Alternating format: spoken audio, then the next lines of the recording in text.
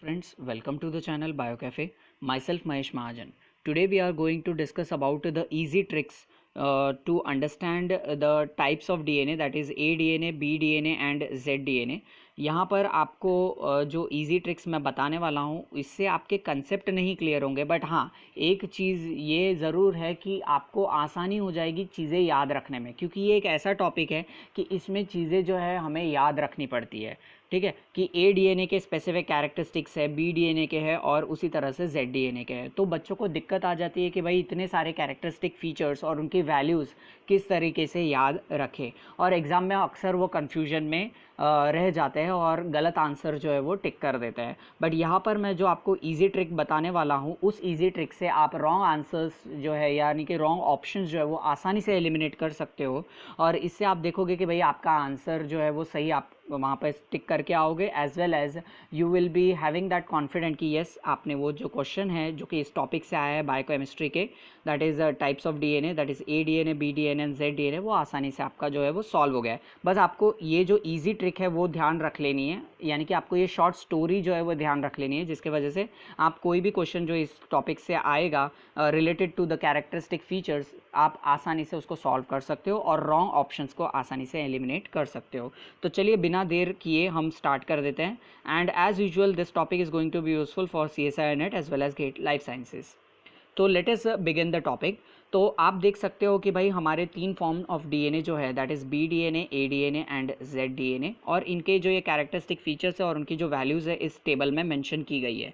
ठीक है, हम एक एक वैल्यूज़ को यहाँ पर अभी मैं पढ़ने नहीं वाला हूँ, एज वेल एज मैं आपको बताने भी नहीं वाला हूँ कि भाई ऐसे क्यों होता है और किन सब चीज़ों के लिए, ये ऑलरेडी आपको क्लियर है। बट यहाँ पर हम सिर्फ ईजी ट्रिक के बारे में बात करेंगे, यानी कि शॉर्ट स्टोरी के बारे में बात करेंगे, जिसके वजह से आपको जो है चीज़ें याद रखने में आसानी हो जाए और आप आंसर जो है सही टिक करके आओ। ठीक है, तो आपको ये जो ऑर्डर है जो मैंने लिखा हुआ है that is helical sense, then diameter, base pair per helical turn, then helical twist per base pair, then helix pitch, फिर helix rise per turn, sorry rise per base pair, then base tilt, major groove, minor groove, sugar pucker and glycosidic bond. ठीक है, ये इसी तरह से आप याद रखो, और इसको अगर आप आपके नोट में मेंशन कर दे तो ये सारे कैरेक्टर तो अच्छी बात है, क्योंकि इसी में से जो क्वेश्चन है वो देखे जाते हैं। फाइन, नाउ जो स्टोरी है वो कुछ इस तरह से है कि हमारे पास तीन दोस्त हैं, दैट इज़ बंकू, आड़ू और जेनी। बंकू यानी कि बी डीएनए, आड़ू यानी कि ए डीएनए, जेनी यानी कि जेड डीएनए, जो बाज नहीं आते हैं। बाज यानी कि आपको इसी तरह से याद रखना है, बाज, BAZ। ठीक है, तो जो कभी बाज नहीं आते हैं। तो हमारे पास तीन दोस्त हैं, बंकू, आड़ू और जेनी, जो कभी बाज नहीं आते हैं। अब इसमें से जो बंकू है वो राइटी है, आड़ू है वो भी राइटी है, बट जेनी जो है वो लेफ्टी है। ठीक है, आपको इस तरह से याद रखना है। तो इससे आपका एक कैरेक्टर जो वो क्लियर हो जाएगा, that is your helical sense. Fine, फिर नेक्स्ट बात आ जाती है कि भाई जो आड़ू है वो सबसे ज़्यादा मोटा है, इसलिए उसका डायामीटर जो है वो अराउंड 26 एंगस्ट्रॉम है। और जेनी जो है, आपको पता है लड़कियां थोड़ी फिगर कॉन्शियस होती है, यानी कि डाइट कॉन्शियस होती है, तो अपने आपका जो वेट है और डायामीटर यानी कि फिगर जो है वो मेंटेन करती है, तो इसीलिए जेनी जो है वो सबसे पतली है, दैट इज़ 18 एंगस्ट्रॉम का उसका डायामीटर है। देन बंकू जो है वो इंटरमीडिएट टाइप का है, इंटरमीडिएट यानी कि ना तो मोटा है ना तो पतला है, इसीलिए उसका जो है value that is of diameter it is around 20 angstrom. तो यहाँ पर हमने क्या देख लिया कि हमारे पास तीन दोस्त हैं, बंकू, आड़ू और जेनी। ठीक है, जो कभी बाज नहीं आते हैं, और बंकू जो है वो राइटी है, आड़ू राइटी है और जेनी जो है लेफ्टी है।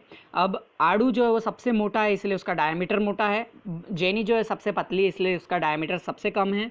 और बंकू जो है वो दोनों के बीच का है, right, that is 20 angstrom is the value of diameter of बंकू यानी बी डीएनए।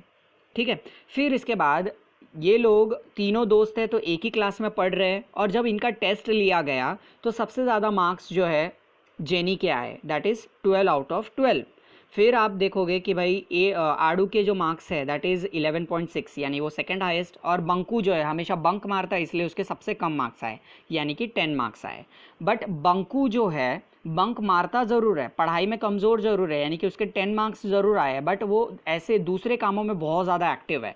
और उसी की अपोजिट जो है वो जेनी है, वो इतनी एक्टिव नहीं है, इसलिए वो इतनी ज़्यादा हमारे बॉडी में पाई नहीं जाती है, that is Z DNA is not found.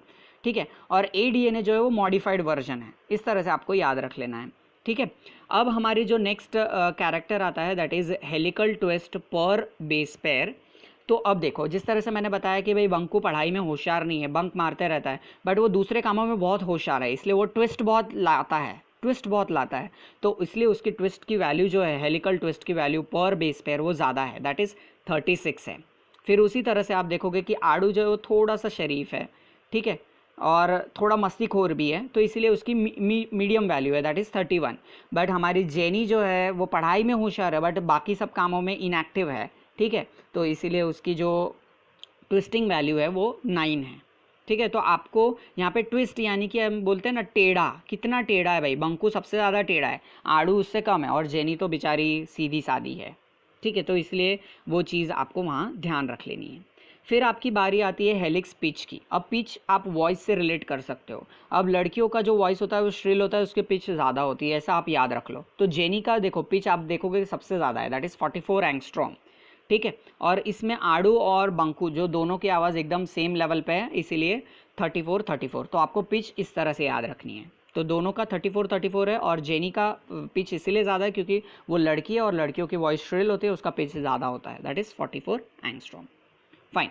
फिर इसके बाद अब मैं जब बात कर लेता हूँ आपकी that is helix rise per base pair, इसको आप एज अ हाइट के तरह ले सकते हो, हाइट के तरह। अब हाइट में कैसे आप ले सकते हो कि जेनी जो है वो पतली थी, ठीक है, इसीलिए वो लंबी है, इसलिए उसकी हाइट क्या है 7.4 इंचेस, इस तरह से।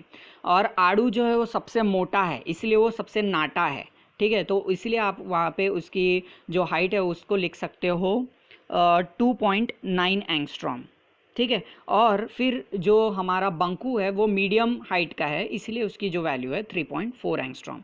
तो इस तरह से आपको याद रखना है। पता चला सबको कि हेलिक्स राइज को हम हाइट के तरह लेंगे, और हाइट जो सबसे पतला है वो लंबा होगा, जो सबसे मोटा है वो नाटा होगा, और जो मीडियम है भाई उसकी हाइट तो मीडियम ही रहेगी, इस तरह से। अब चलो हम बात कर लेते हैं बेस टिल्ट, मेजर ग्रू और माइनर ग्रू की। ये तीनों आपको मतलब एज इट इज़ ही याद रख लेने, जो इस तरह से याद है, क्योंकि अगर आप कोई निमोनिक्स बना सकते हो तो you can do it, but मैं प्रेफर करूँगा कि आप इसको इसी तरह से याद रख लो, ताकि आपको इतने ज़्यादा कैरेक्टर्स जो वो याद रखने ना पड़े। फिर देखो, अब बंकू, आड़ू और जेनी जो है आइसक्रीम के शॉप पर जाते हैं, आइसक्रीम के शॉप पर जाते हैं, और उस शॉप का नाम होता है ग्लाइकोसिडिक बॉन्ड शॉप। क्या नाम होता है? Glycosidic bond shop. और वहाँ पर वो शुगर पकर जो आइसक्रीम है वो खाना चाहते हैं, ठीक है। अब शुगर पकर वो आइसक्रीम खाना चाहते हैं, तो उसमें शुगर पकर में दो वैरायटी होती है, एक C2 वैरायटी होती है और एक C3 वैरायटी होती है। तो बंकू C2 वैरायटी के साथ यानी C2 एंडो के साथ जाना चाहता है, लेना चाहता है, और आड़ू जो है वो C3 वाला एंडो की जो वैरायटी है उसके साथ जाना चाहता है। बट जेनी हमारी बेचारी कंफ्यूज है कि उसके मन का जो हिस्सा है, उसके मन के दो हिस्से हैं, एक पिरिमिडिन हिस्सा और एक प्यूरिन हिस्सा। तो पिरिमिडिन हिस्सा उसको बोलता है कि वो बंकू के साथ जाएगा, दैट इज C2 एंडो के साथ, और प्यूरिन हिस्सा बोलता है कि भाई वो आड़ू के साथ जाएगा, यानी कि C3 एंडो के साथ। तो अभी बेचारी कन्फ्यूजन में है आइसक्रीम के मामले में। आइसक्रीम का नाम क्या है? शुगर पकर। और आइसक्रीम के शॉप का नाम क्या है? Glycosidic bond shop.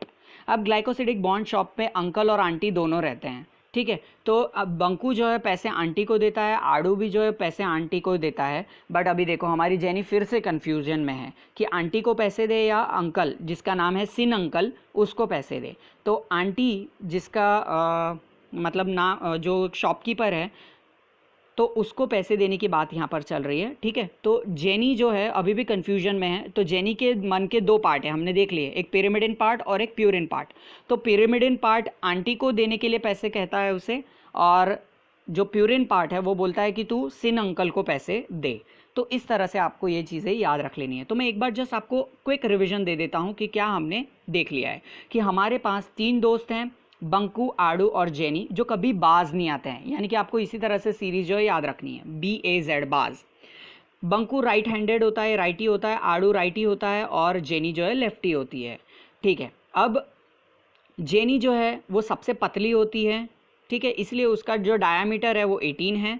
आड़ू मोटा होता है, इसलिए उसका डायामीटर सबसे ज़्यादा है। बंकू जो है वो मीडियम वाला डायामीटर वाला है, यानी कि उसका 20 एंगस्ट्रॉम जो है वो चीज़ है। क्लास में टेस्ट हुआ तो जेनी को सबसे ज़्यादा मार्क्स आए, यानी 12 आउट ऑफ 12। फिर आड़ू को 11.6 और बंकू तो बंक मारता रहता है इसलिए उसके सबसे कम मार्क्स आए 10।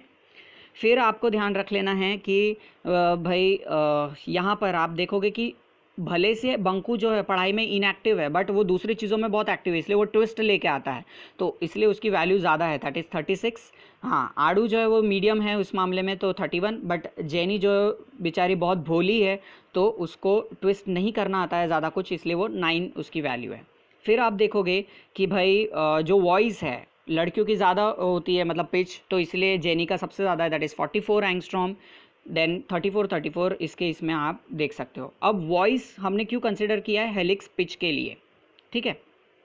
अब हम बात कर लेते हैं कि helix rise per base pair, जिसको हमने हाइट कंसिडर किया है, तो हाइट जो पतला है उसकी सबसे ज़्यादा है, दैट इज़ 7.4, जो मोटा है वो सबसे नाटा है, that is 2.9 angstrom, and then जो बंकू है हमारा मीडियम हाइटेड है, दैट इज़ 3.4 एंगस्ट्रॉम। अब देखो बेस टिल्ट और मेजर ग्रो और माइनर ग्रो, ये आप आपके हिसाब से देख लेना कि भाई आपको किस तरह से ये चीज़ें जो है वो जमती है, ठीक है। नेक्स्ट जो है शुगर पकर आइसक्रीम, ये लोग खाना चाहते हैं, और शुगर पकर की 2 वैरायटी है, C2 एंडो और C3 एंडो। अब बंकू क्या है, उसको C2 एंडो पसंद है इसलिए वो C2 एंडो खाता है, और आड़ू क्या है, C3 एंडो उसको पसंद है इसलिए वो C3 लेता है। बट हमारी जेनी जो है यहाँ पे कन्फ्यूजन में है। जेनी के मन के 2 हिस्से हैं, एक पिरामिडिन हिस्सा और एक प्यूरिन हिस्सा। पिरामिडिन हिस्सा उसे कहता है कि भाई तू बंकू के साथ जा और C2 आइसक्रीम खा, और जो प्यूरिन हिस्सा है जेनी के मन का, वो कहता है कि तू आड़ू के साथ जा और C3 एंडो वाली आइसक्रीम खा, और आइसक्रीम का नाम क्या है, शुगर पकर। और जहाँ पे वो जिस शॉप पे वो लोग आइसक्रीम खाने गए उस शॉप का नाम क्या है, ग्लाइकोसिडिक बॉन्ड शॉप, जहाँ पर आंटी और अंकल दोनों हैं। तो पैसे जो है वो बंकू आंटी को देता है और आड़ू जो है वो आंटी को देता है, aunty in the sense anti anti, ठीक है। इस तरह से आपको याद रखना है कि ग्लाइकोसिडिक बॉन्ड किस तरह से है, एंटी कन्फर्मेशन में है, राइट। और हमारी जेनी फिर से इस मामले में भी कन्फ्यूजन में है कि पिरामिडिन हिस्सा उसको कहता है कि तू आंटी को पैसे दे, और प्यूरिन हिस्सा उसको कहता है कि भाई तू सिन अंकल को जो है वो पैसे दे। आई होप कि अभी ये चीज़ें जो है आपको काम आएगी, और ये स्टोरी आपको ध्यान रख लेनी है, and it is going to be useful for you to solve the question which is going to come from this topic. और आपको अगर ये चीज़ें पसंद आई हो तो please like the video as well as share it among your friends, and do subscribe it, and if you are having any sort of doubt then you can ask me in the comment box. Fine, so thank you so much for watching. next videos में हम कुछ ऐसी easy tricks के बारे में बात करेंगे अलग अलग topics को लेके. Thank you.